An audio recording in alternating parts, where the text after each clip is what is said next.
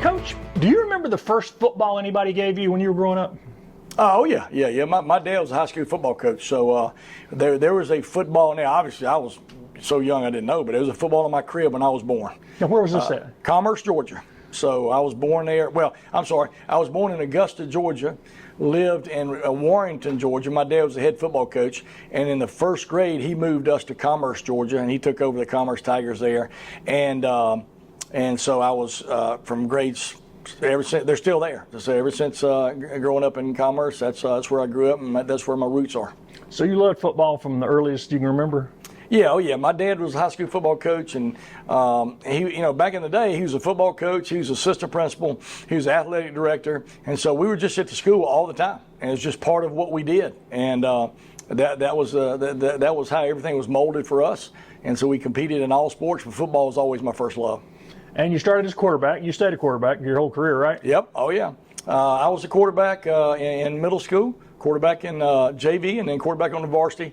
Moved on to Furman University. Was fortunate enough to play there under the late Coach Dick Sheridan, and what a phenomenal coach he was, person he was, and learned a lot. And then I was fortunate to stay at Furman as an assistant coach for 15 years. That's very unheard of now in this day and time.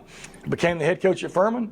Left Furman to go. Won a championship while you were there. Don't rust past your championships. We won several conference championships, but we got beat in the national championship game in 2002 versus Montana as a coach. But in my early stages of my career, we won the national championship versus Georgia Southern in 1988. So that was one of the biggest, and probably still the biggest win in Furman history. Some coaches go forever and don't get that. What's that like? What does that do to your psyche, knowing you've won a championship? Yeah, it's crazy because in this sport, at the end of the day, there's only one team standing, and really everybody else is considered their year was not quite as successful. But when you win that final championship, it's just a great relief because you put all the energy and all time into it, and it's something you'll always remember. And so you left there and you started a new program at Mercer. They hadn't had football in 70 years or something? 70 years. Yep. I went there in 2000. Hired me in 2011. We started playing in 2013. We built it from scratch, just like we're building the Anderson University program. Same blueprint. So basically, it's like building a house. When you build a house the first time, you love it and everything, but then you're like, okay, this room's not quite big enough. This room's not quite the size I want. And then when you build another house, you're going to make it better. So that's kind of what we're doing. What did you learn about starting that program and now bringing it here to start the one in Anderson? Well, what you learn is it's about developing relationships within the city, within the campus, and that's one thing you got to do. You've got to educate the people on campus about a football program from the very beginning to bringing students on campus to the game day. And so, we're going to experience that come next Saturday, our first ever game day on our campus. And there's been a lot of work, a lot of planning put into that, and to see it come to fruition is going to be pretty neat. What are some of the biggest challenges? You were talking about meeting everybody. Well, the challenges you have. I spent the first 6 months by myself. Okay, so I recruited a little bit, got my name out there, got Anderson out there.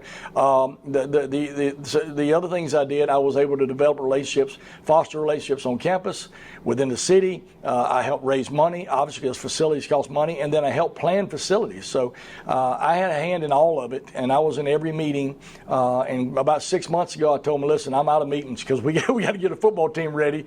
And so I've been certainly concentrating on our football team since then.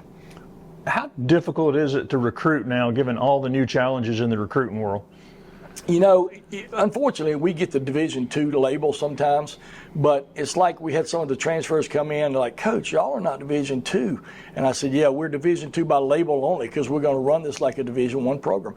But the challenges out there are kids want to play immediately. They want to play now. Last year we had a practice year, so you got to sell that. Okay, you got to go practice for a year, but that's your redshirt year. And it worked for some of them. Some of them it's like, nah, I didn't want to do that, and they're going to go somewhere else. So it is a challenge. But now when we bring our kids on campus with our academic profile that we have at Anderson, and the standards are continuing to go up, and our beds are full. Dr. Whitaker's done a phenomenal job. We're over 4,200 students in the student body, counting our graduates. It's one of the biggest schools in the conference. It's the largest private school in the state of South Carolina. I was talking about in the conference. Yeah, largest in the SAC.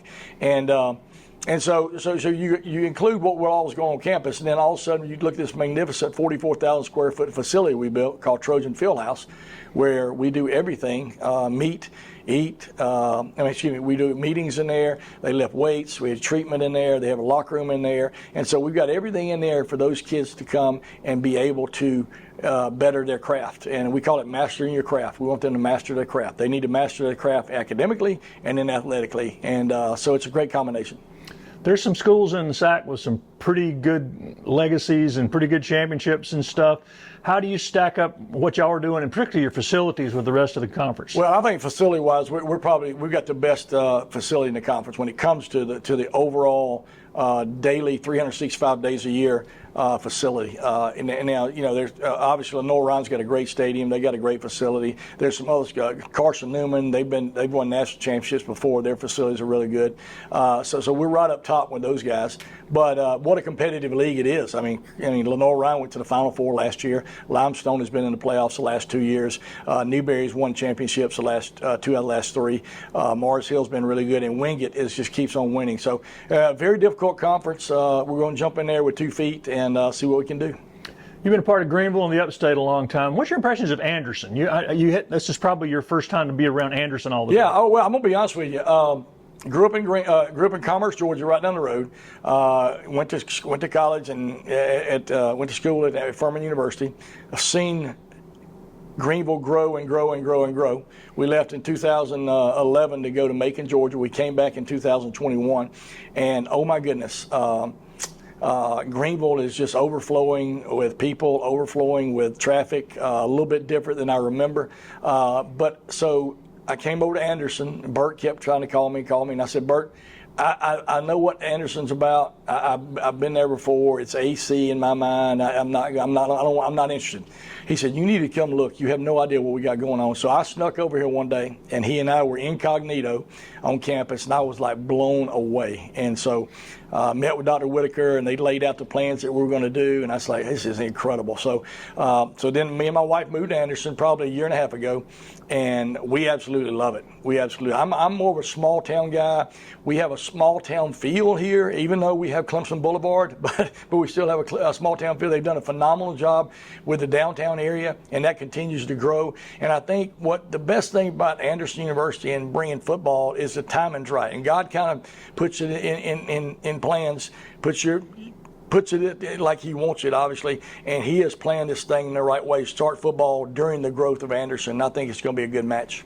Who would have ever thought Anderson University would be bigger than Furman? It's crazy. I mean, Furman's like 2,400 students, and that's it. But yeah, whoever thought that? And the growth. I mean, we're growing at a high rate, and we're running out of land, so we're having to expand and try to be creative. But what a great culture we have on campus with Dr. Whitaker and his vision and what he's done over the last 20 years. You mentioned your faith. How important is that into what you do? Oh, it is the utmost important. At the end of the day, being a Christian coach is difficult in the environment we're in today. But at Anderson, I'm able to express my faith. We're able to pray whenever we want to pray. And so that's important. So we start every staff meeting with a devotion with our staff. We start every team meeting with a prayer, end with a prayer after practice. And so those are things you can do freely in a place like Anderson University because the table has been set by Dr. Whitaker and his staff. So it's at the utmost important. Because at the end of the day, football's great. I love football. I love competing. I want to win. But you got to win in life. And to win in life, there's only one way to win in life, and that's become a Christian and give your life to Jesus Christ. 10 years from now, the guys who've played for you and their parents, how would you like to be remembered by them?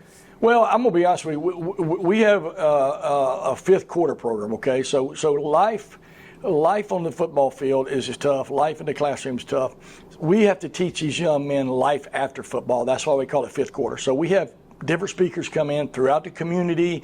I have them come in from out of state, and they talk to our guys about different things. Because we got a great staff, and our guys, they listen to our staff, but at the end of the day, it's like listening to your mom and dad. They get tired of it. They want to listen to somebody else. So we have had people come in to visit with them, tell them how they build their businesses, talk to them about financial literacy, talk to them about the Fellowship of Christian Athletes and how to get involved there. So there's a lot of things that we're teaching them outside of football. So I think what I want those guys to remember. Like, I want them to remember the championships and the games that we play and all that. But ultimately, they're going to remember the relationships they had with their coaches and the relationships that they had with everybody else in the community. And we want them to go out and be successful husbands, fathers, and then obviously come back and certainly support Anderson University. And finally, the Anderson football tickets are the cheapest football tickets you can be able to get your hands on anywhere. Yeah. Y'all made it affordable for people in the community to come. Well, I think we got a great product. I think a Division II football level is exciting. You're going to see.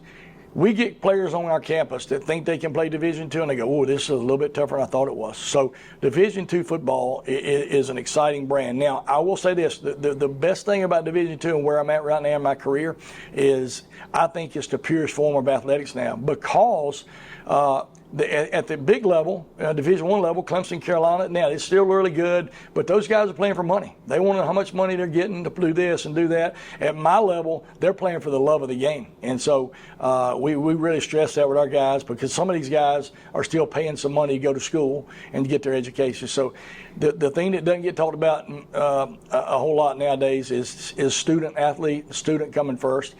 So we really stress that. We want these young men to be successful on the football field 4 or 5 years. We'd love for them to go to the NFL. That'd be the cherry on top. But at the end of the day, they got to get a degree from Anderson University to play in their next 50 years. When's the last time you were this excited about the start of a football season?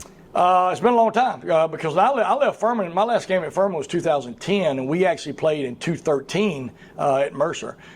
Here, my last time on the sideline was 2019, so it's been a long time. So I'm really excited about going out there and seeing those guys compete. And as I told them last night at our practice, I said, I've been doing this 39 years. Okay, this is my 39th year of football.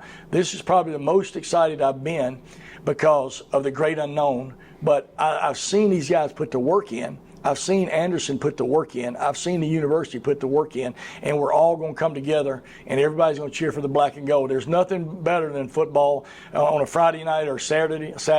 It's the great unifier. At the end of the day, it's the great unifier. Everybody shows up, they forget all their troubles, and they pull for the black and gold.